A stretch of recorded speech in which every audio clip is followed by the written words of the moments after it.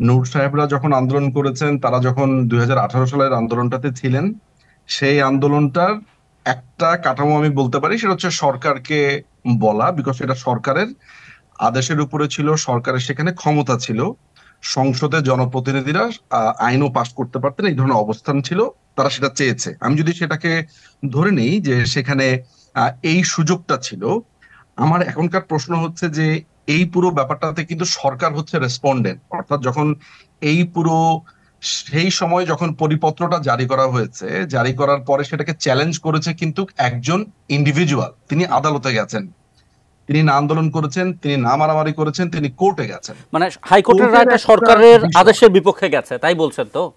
হ্যাঁ, এবং জি। সরকার সরকার কিন্তু এখানে বিবাদী, অর্থাৎ সরকার রেসপন্ডেন্ট, অ্যাটর্নি জেনারেল সরকারের হয়ে লড়ছেন কিন্তু। তাহলে তো তারা তাহলে তো হাইকোর্টে এখন যারা আন্দোলন করছেন তারা সরকারের হয়ে আন্দোলন করছেন।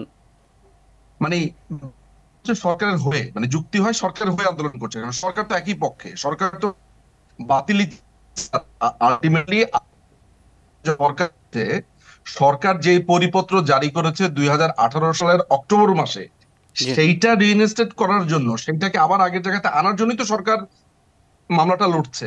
আমার জি। একটু জানার বিষয় দুইটা জিনিস, একটা হচ্ছে যে এই যে বারবার বলছে যে সরকার বিরোধী আন্দোলন বলছে, বা বলছে যে সরকারকে বাধ্য করবে, সরকার তো অলরেডি পরিপত্র জারি করে বাধ্য হয়েছে, আবার কোন জায়গাতে বাধ্য করবে? মানে আদালতের রায়কে তাহলে চেঞ্জ করতে চায়?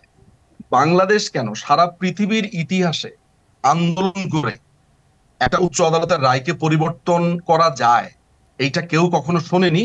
আর সেটা যদি হয়ও, তাহলে রাষ্ট্রের সবচাইতে বড় যে কাঠামোটা বিচার বিভাগ, সেইটার উপর একটা বড় ধরনের আক্রমণ।